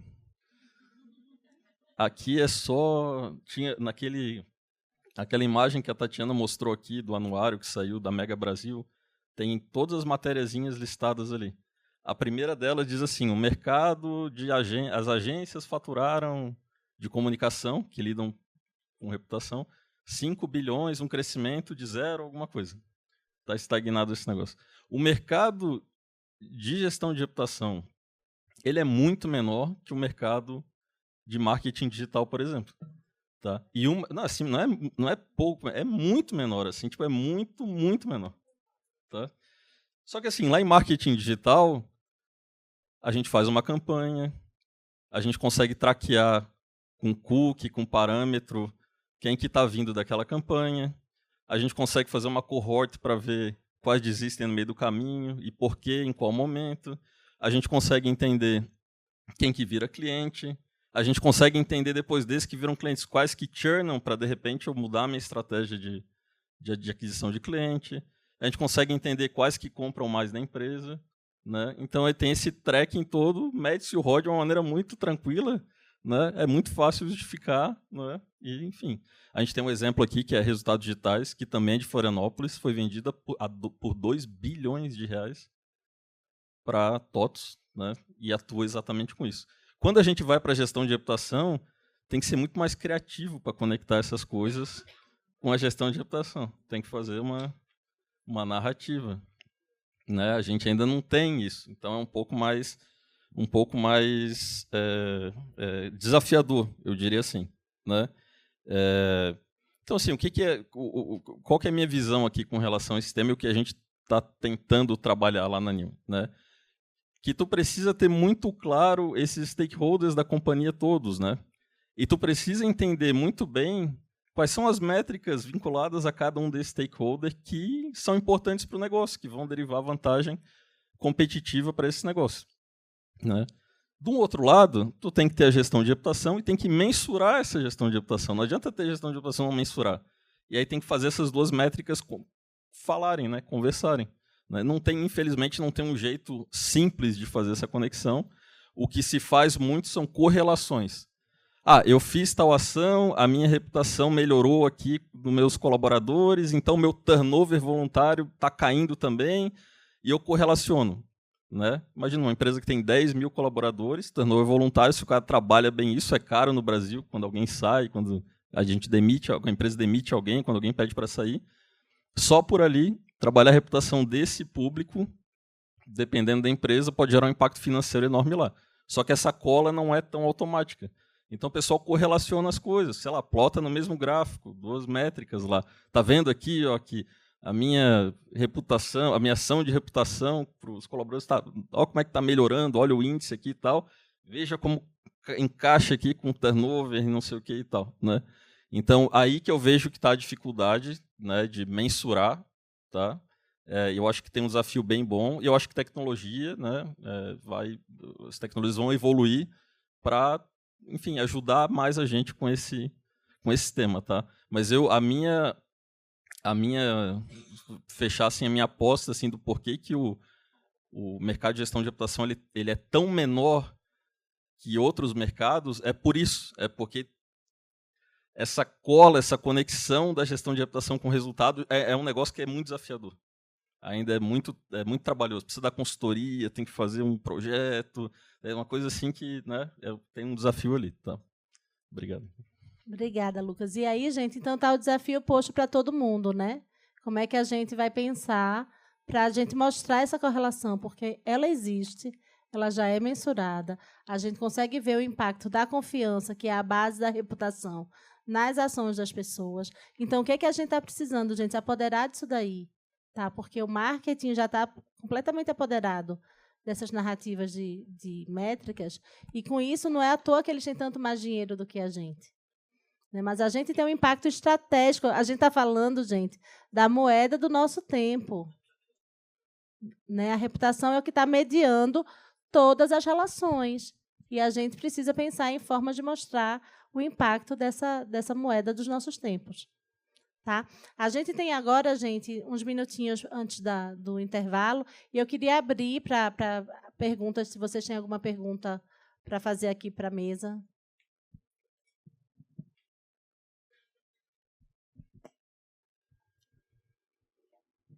Oi, boa tarde. Meu nome é Amanda, sou jornalista, trabalho com assessoria de imprensa, comunicação integrada.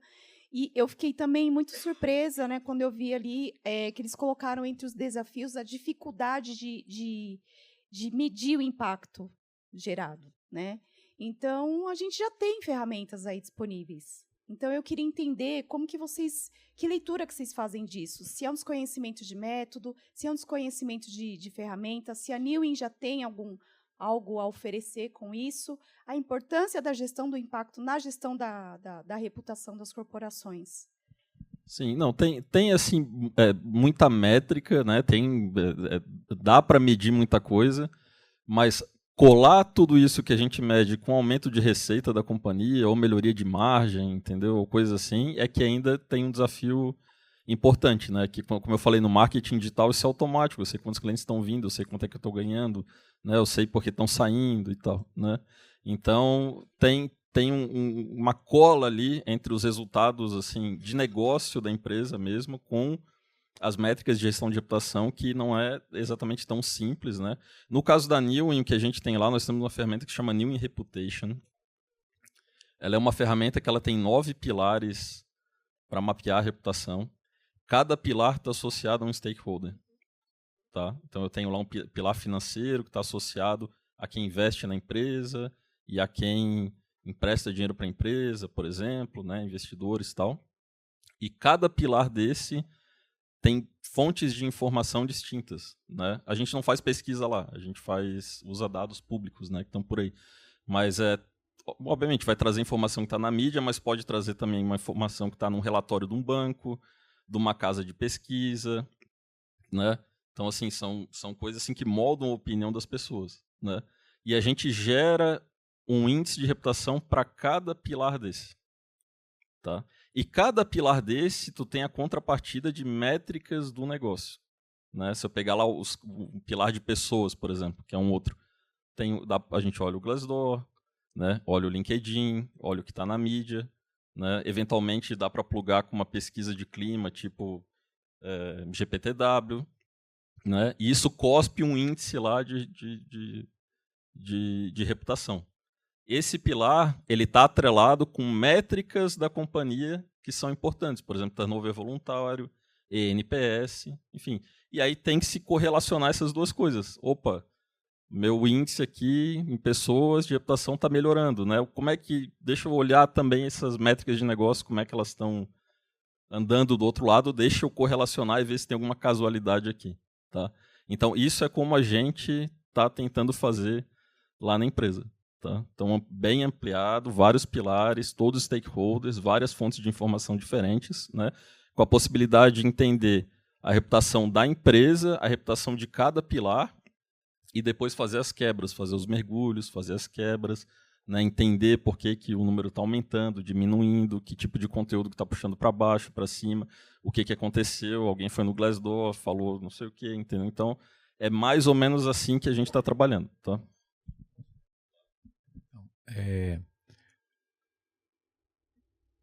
Bom, então vamos lá. Né? Todo modelo preditivo ele tem um erro. Né? O mundo é muito complexo, as relações são muito complexas e todo modelo preditivo tem um erro.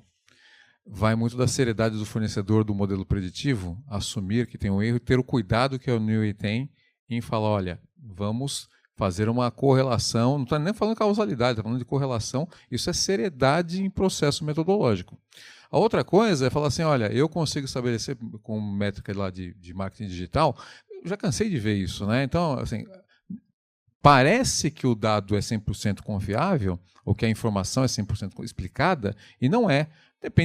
Não depende só do que eu faço com mídia digital. Eu posso colocar R$100 lá numa ferramenta, no impulso digital, impulsionando um determinado produto, e o meu concorrente naquele dia ele não pôs nada. Aí eu vou ter um resultado. Se eu colocar o mesmo valor na mesma mídia, com a mesma estratégia, meu concorrente colocar o dobro do valor que ele põe historicamente, o meu resultado é outro. E eu não consigo saber de onde vem esse erro.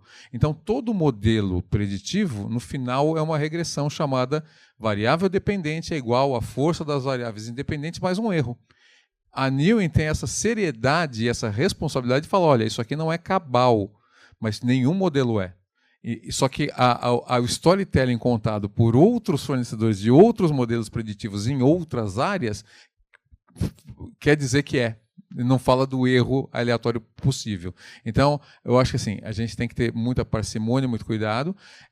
Porque assim, se a Newey quisesse fazer um storytelling e falar, olha, isso daqui explica a ROI e buscar a correlação tem entre a minha idade e o preço da gasolina. Eu fui ficando mais velho, a gasolina foi ficando mais cara. Agora, se eu morrer e não ficar mais velho, a gasolina vai ficar mais barata? Não, vai. Então, correlação tem os borbotões do mundo.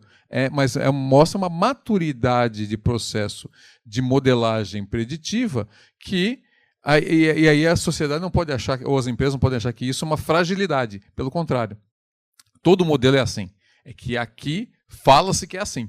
Tá? Então, tem que tomar muito cuidado, parcimônia e falar, olha, isso aqui parece que é uma proxy lá do resultado. Afirmar que é resultado seria até leviano. Então, acho que a gente tem que ter boas proxies e várias proxies para a gente falar, ok, não rejeito a minha hipótese de que isso está trazendo resultado. Tá? E tem impacto. Até porque a gente está falando de intangíveis, né? Não. Então, seu nome, perdão? Amanda, assim, ó. Na vida real, né? O presidente está preocupado com o quarter. Ele quer saber se ele vai ganhar um bônus em fevereiro do ano que vem, entendeu? Sabe? Eu passei 8 anos para tentar conseguir botar reputação como índice de bônus. 8 anos. E métrica tem, e super competente. A Newey faz isso assim, estado da arte. Por que ela não é usada? Porque não quer que use. Porque quer ter flexibilidade para empurrar aquela campanha institucional ou aquele projeto de diversidade, porque não quer trazer aquele custo-valor presente, porque acha que não é bem assim, entendeu? Então, assim, o mundo é cão, tá? E a última frase que eu ouvi de um professor outro dia, adorei. Gente, eu passei 30 anos sem entender essa frase, tá? 30 anos. Se eu não me engano, é de Antônio Pessoa. Como é que é? Navegar é preciso, viver não é preciso. Navegar é preciso. Eu saio daqui e vou para lá. Viver não é preciso. Eu lia de outra forma. Navegar é preciso, né? Vamos seguir o caminho. Se fosse o vestibular, tinha zerado a redação. Fácil, né? Entendeu? Então, na hora da empresa, não é preciso. Porque cai o resultado. Porque o global te exigiu você carregar a Argentina, que está caindo pelos pedaços, e você tem que dar o resultado do Brasil e do Latam. Entendeu? Então, assim, não é preciso. Então, se viver não é preciso, né? Precisamente a gente sabe disso, gerenciar a reputação numa empresa, por melhores que sejam as métricas, também não vai ser preciso. E só para encerrar mesmo, trabalhei numa empresa que fez 100 anos. 100 anos. Vou dizer o nome aqui, não tem problema nenhum. Alpargatas. Né? 100 anos. Presidente brilhante na época, já está aposentado, enfim. Foi capa da Exame.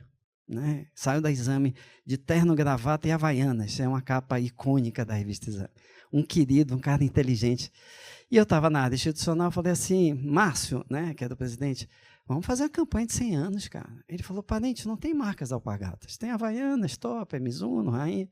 Se você me convencer que eu vou vender mais R$1 de Havaianas, porque você vai gastar 1 milhão, 2, 5, 10, 20, sei lá, 2 flights, fazendo a campanha institucional, eu boto o dinheiro na campanha institucional. Depois de, junto com a Talent, a gente quase estrebuchar de choro na frente dele, ele aprovou 1 minuto no Jornal Nacional, aquelas campanhas bem institucionais, né? Alpargatas celebra 100 anos do Brasil, .com.br. Tá certo? Então, ainda tem esse agravante. Quando a empresa é de marca ou de marcas, cada marca cuida de si, terra de Murici, sabe assim? E ninguém está preocupado com o resultado da empresa, da hold como um todo. Elas estão preocupadas com a sua unidade de negócio, o que dificulta ainda mais. Resumindo a tua pergunta, tem métrica, não usa, porque não quer. E só antes de passar a palavra para Simone, tem Simone, tem mais uma pessoa aqui na fila, tem lá atrás, então já vou, gente. Mas rapidinho eu vou falar uma coisa super rápida, que é também para a gente não ficar refém das métricas de vaidade, né? Porque aí a gente pega métricas de vaidade, a gente vai lá e vai dizer, isso aqui tem uma equivalência publicitária de não sei quantos milhões. Aquilo fica lindo para a gente apresentar para o CEO, mas aquilo efetivamente é zero, gente. Por quê? A forma como as pessoas percebem a empresa e as ações que a gente faz de comunicação de forma orgânica é totalmente diferente da forma como as pessoas recebem publicidade. Então, o que a gente faz tem muito mais valor do que aquela equivalência publicitária que estão falando. Mas a gente bota aquele número porque a publicidade é cara, né? Então, a gente tem que entender que a gente está no campo do intangível. E aí, não necessariamente, a gente vai conseguir colocar ali um valor, mas a gente vai conseguir colocar, talvez, uma maior atração de talentos, um menor turnover, a gente vai conseguir essas correlações, a gente vai ver, enfim, menor ocorrência de crise, né, porque a gente está fazendo gestão de risco. Então, tem uma série de questões ali que a gente pode fazer. E também tem um outro modelo, e aí esse é um modelo meu, tá? Enfim, que eu vou falar um pouquinho rapidinho aqui, que é o seguinte, a gente parte do qual é a imagem ideal que a empresa quer ter. É essa. Então, eu faço pesquisa e eu vejo o quão longe a empresa está daquela imagem ideal que ela quer ter. Com isso, eu vou tendo métricas. Olha só, isso aqui eu trabalhei, estou chegando cada vez mais perto, estou fechando esses gaps que existiam. Mas isso aí é pesquisa de, né, quali. A gente faz com quali e quanti, não é só esse tipo. Mas isso daí também é pesquisa que pode integrar, tá, gente? Lá no New in Reputation, eles também integram todos esses dados, quem quiser fazer isso, mas vai lá. Obrigada, Tati. Primeiro, obrigada pelo convite, parabéns pela mesa. Eu sei que esse assunto daria uma nova mesa, mas eu vou tentar ser breve, né? E a minha pergunta é sobre como a IA já está auxiliando na mensuração da reputação, já está ou estará auxiliando na mensuração da reputação, na medida em que ela consegue predizer. Então, ela olha, a partir do passado, dos dados, olhar e predizer o que pode acontecer no futuro. Normalmente a gente tem os recortes de antes, do passado. A pesquisa do funcionário que já saiu da empresa, que vai falar bem ou mal, a questão de um recall que aconteceu, que fala do passado. Então, como é que essa ferramenta, que é tecnologia, muito ampla, vai poder ajudar a olhar para frente para a gente poder desenhar cenários até de mitigação ou de defesa da marca, ou da marca da empresa, ou de uma marca de um produto, e apoiar a empresa nesse sentido. É aquela análise de tendência. Fala sobre ela, Leandro. Vai ser legal.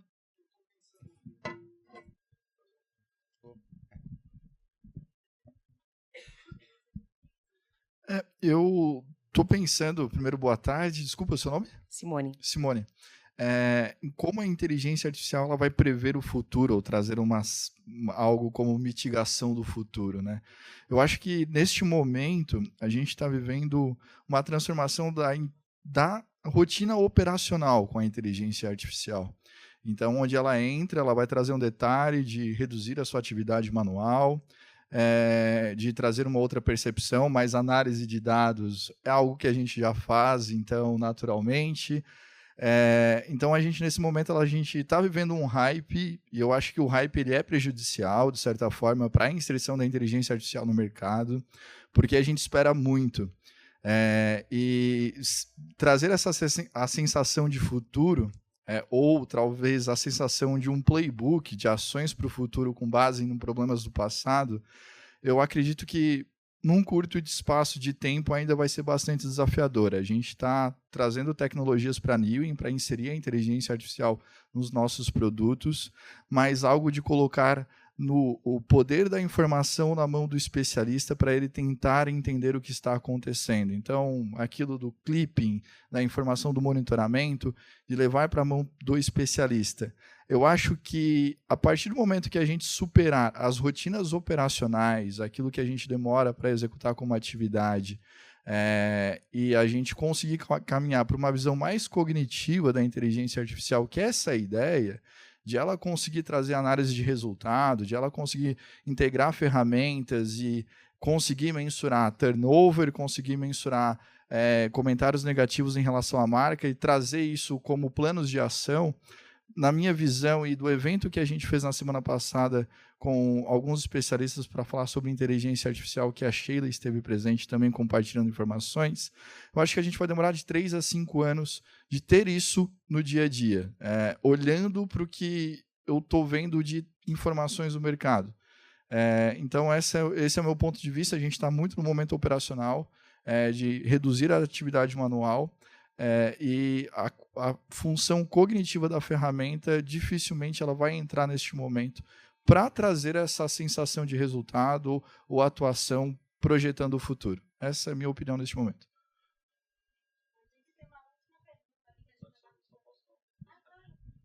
Nós estamos nesse momento agora na Newin construindo um módulo de tendências, tá?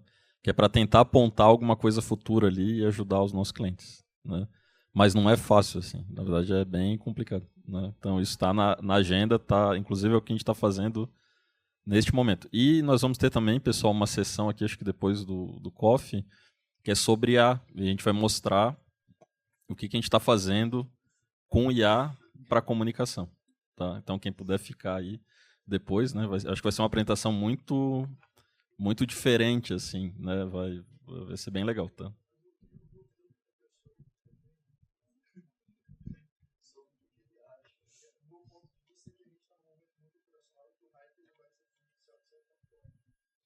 Eu concordo fortemente com a sua opinião. E assim, técnica projetiva de projeção de cenário é um método, né, que já existe, já está consagrado, e pode ser que em algum momento, por exemplo, quando eu comecei a testar as inteligências artificiais, porque eu sou professor além de diretor do Distrito, eu sou professor em 2 programas, no acadêmico de administração e no profissional em comportamento do consumidor. E eu ministro a disciplina de métodos quantitativos para tomar decisão. Porque não é estatística, mas ela é aplicada no contexto de business, então só problemas reais de tomar decisão de negócios, amparado por dado. Então é o que a gente chama de uma empresa deveria ser data-driven, é o que a gente ensina aqui, mas com um método robusto de análise de dado. E eu venho testando IA para fazer análise de dado, e toda técnica projetiva ela tem duas vertentes, uma qualitativa exploratória e uma quantitativa usando dados do passado para projetar futuro, que pode ser uma regressão linear, pode ser uma regressão não linear, pode ser uma regressão logística, pode ser qualquer curva que vá me levar a um horizonte que eu não tenho hoje, mas eu projeto com relação a tendências ou acontecimentos passados que me levam a identificar com um certo erro um comportamento futuro, né? Com um certo erro sempre. Esse erro eu consigo calcular, eu estimo quanto que ele é com um dado grau de confiança de 90%, 95%, 99% que eu também imputo no modelo, né? Então as técnicas de projeção já existem e a IA não faz bem. Tá? Isso eu garanto para você, já testo isso já, sei lá, 2, 3 anos, ela não faz bem. Ela está melhorando, por exemplo, até 6 meses atrás ela não fazia correlação bem. Eu dava 2 bancos de dados e falava, quero uma correlação de Pearson. Não saía. Pearson é a primeira correlação que se ensina até na graduação, né? Na graduação em administração e business. Não fazia, agora está fazendo. Então ela vai melhorando com o tempo. Então eu acredito que leva alguns anos para ela conseguir pegar dados. Porque qual que é a proposta? É pegar dado estruturado, que hoje a gente faz, e pegar dado não estruturado, que a gente sofre para estruturar, para colocar nos modelos regressivos, modelos preditivos. Teoricamente, uma inteligência em LLM, ela não precisa ter o dado estruturado, ela vai conseguir juntar dados estruturados e não estruturados para fazer a técnica projetiva futura. Quantitativa. Qualitativa é gente. Isso não tem jeito, porque são apostas que a gente faz dentro de perspectivas de um grande cenário, tá? Então, eu acredito que em alguns anos a ferramenta vai ajudar nas projeções e vai te dar alguns cenários que você vai ter que apostar. Mas hoje ela ainda erra muito até as técnicas estatísticas fundamentais para se entender uma regressão linear. Tá? Minha pergunta é rápida, é muito mais uma curiosidade. Eu sou de Porto Alegre, Mariana, e é uma alegria estar aqui podendo falar sobre esse tema que lá ainda a gente engatinha muito, né? Falar de reputação, apesar de que com a enchente que nós vivemos e toda a catástrofe climática que a gente viveu, essa virou uma pauta mais recorrente, a gestão de crise ganhou um novo olhar no Rio Grande do Sul. E eu fiquei muito curiosa com relação à pesquisa, especificamente, quando apresentou ali a área onde ela foi realizada, e o Rio Grande do Sul aparece rapidamente, e me pareceu ser apenas Paraná. Não tenho certeza, eu fiquei com essa curiosidade e queria saber se essa pesquisa chegou no Rio Grande do Sul, de alguma forma também, e como hoje vocês, da Newin, né, enxergam e têm dentro, né, do corpo de clientes, da carteira de clientes de vocês, o Rio Grande do Sul, quando se fala em ferramentas para gerenciar a reputação. Então, é uma curiosidade gaúcha. Obrigada. Bom, boa tarde. Acho que, primeiro, falando sobre o fatídico caso do ano passado, a gente fez um trabalho bem legal com a Ortobon, então, onde a gente fez um mapeamento das zonas de risco e precisavam de distribuições de colchões e itens, e a gente conseguiu fazer essa entrega bem forte. Então, desde aquele momento, a gente voltou bastante as nossas atenções para o Rio Grande do Sul, sempre podendo ajudar. Então, a gente tem parceiros naquela região onde a gente entrega o serviço de monitoramento e relacionamento com a imprensa gratuitamente. Então, desde aquele maio de 2024, isso aí. Então, e de certa forma, a pesquisa, a gente gostaria de ter mais força com ela. Então, na primeira pesquisa que a gente rodou agora, com a conscientização e com as divulgações que a gente realizará à imprensa, o segundo momento da pesquisa vai ser muito mais forte.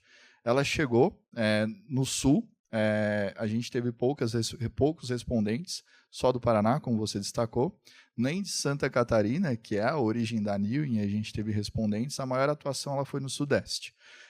O que a gente está fazendo Hoje ele é um primeiro evento, então São Paulo sempre foi uma atenção para a Newin por um relacionamento, de certa forma, porque conecta todas as regiões do país, mas já teve oportunidades que a gente já discutiu com a Tatiana e com outros profissionais de levar este evento para outras regiões. Então, surgiu uma oportunidade de a gente ir para Belo Horizonte, surgiu uma outra oportunidade de ir para o Rio de Janeiro, e quem sabe surgiu uma oportunidade de a gente levar esse tema para o Rio Grande do Sul, para construir essa energia e a gente conseguir educar um pouco mais o mercado e colocar esse tema que é tão emergente na discussão do dia a dia do ambiente corporativo. Seria ótimo, eu coloco à disposição. Conte comigo.